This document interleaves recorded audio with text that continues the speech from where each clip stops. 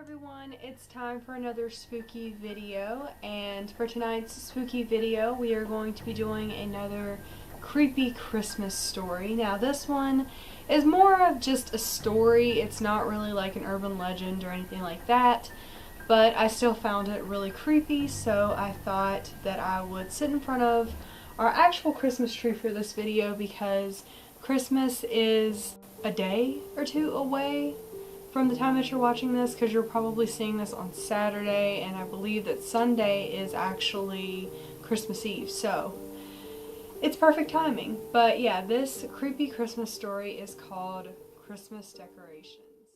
There was an 11-year-old French girl named Juliette, and on Christmas Eve she was decorating her Christmas tree. Now her mother worked as a nurse at a local hospital. The two of them lived in a small apartment in the suburbs of Paris. Late that evening, Juliette's mom called her on the phone and told her that she would not be home until late that night. So Juliette decided to just continue decorating the Christmas tree with all of the nice, pretty decorations that her mom had gotten for her. So she strung some multicolored lights on her tree, like the ones behind me. She put some ornaments on the branches of the tree. And then, to put the icing on the cake, she put an angel on top. And after she finished decorating, she decided that she was going to relax and watch some TV. Even though this girl was alone, she felt very safe in her 6th floor apartment. And out her window, you could actually see the Eiffel Tower. Could you imagine what a view that would be?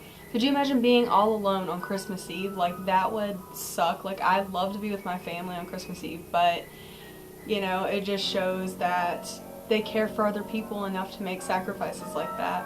She could also see a place called Champs de Mars. I don't know if I'm saying that right. Most of the people that lived in this apartment complex were out visiting their family to celebrate Christmas with them. The apartment building was so empty that it was pretty much deserted. Juliette was getting so bored waiting for her mom to get home when all of a sudden, out of nowhere, she started hearing this scratching sound at her door. So she turned down her TV and she listened real closely. The scratching did not stop, it just kept going. So Juliette decided that she was going to investigate what this sound was. So she slowly started walking towards her door and looked out her peephole. And she was very shocked to see what she saw. She saw a man dressed in a red suit with fluffy white trim. He had a gray, dirty beard, and he was wearing a red hat, just like Santa Claus. He was also very plump and large, like Santa Claus is, and he was knocking on her door very loudly. Nervous and concerned, Juliette asked, "Who's there?" "It's Santa Claus," the man said. "Let me in. I'm cold, I'm tired, and I'm hungry." At this point, a chill went down Juliette's spine. She was not stupid. She knew that this creepy man that was standing at her door was not Santa Claus. "My mom isn't home right now. Please leave," Juliette insisted to this man, but he was not going anywhere. Still watching the strange man through her peephole, Juliette started growing more nervous as she noticed that he was starting to fill up with anger. And the expression in his eyes, you could just tell that he was angry that she was not letting him in. He began knocking at her door even harder, actually rattling her doorknob. So this man started getting all psycho with Juliette. "It's Santa Claus, Juliette. Have you laid out some milk and cookies for me, Juliette?" You know how much Santa loves milk and cookies. Juliette had the worst possible feeling in the pit of her stomach. How did this guy know her name? This man began kicking and pounding at the door. She watched in horror as he reached into his pocket and grabbed out a switchblade. He then put it into the keyhole of the doorknob and tried prying it open with the knife. Juliette was petrified. She had no idea what to do. She had nowhere else to go. "If you don't go away, I'll call the police," she shouted at him. Several minutes passed by and she didn't hear anything outside of the door, so she decided to look through the peephole again to see if he was still out there. So the hallway seemed to be empty at this point. She thought maybe, well, he heard what she said and he got scared of her threat and decided to leave. Suddenly she saw this man running down the hallway with an axe in his hand. Juliet screamed and panicked as she ran to her closet and hid behind some coats, where then she started to cry because she was that terrified. All she could do was sit there and listen as she heard the boom, boom, boom of this man trying to knock down her door, when all of a sudden there was a mighty crack at the door. This man was tearing through wood and he was making his way into her apartment. This man was so psycho that he was laughing to himself. "Juliet, my pretty, where are you, Juliet? Don't be afraid. We'll have ourselves some fun tonight. Where are you hiding?" This guy was walking all over her apartment looking for her while she sat crouched down behind those coats in her closet, petrified. She had no idea what to do or what this guy planned to do to her. Suddenly, the handle of the closet started shaking and rattling. She heard this psycho laugh once more. "Juliet, I know you're in there. Open up for Santa. Open up before I open you up." The man swung his axe, cutting into the closet door. Juliet screamed and started crying bitterly, so she took a wire coat hanger and twisted it to a point.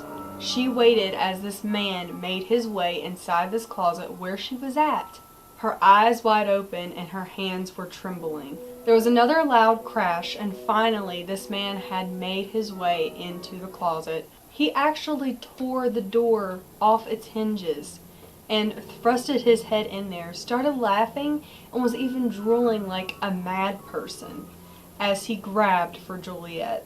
Juliet bravely pointed up this coat hanger and thrust it into the man's eye. He stopped in pain and started screaming with rage as blood ran down his face.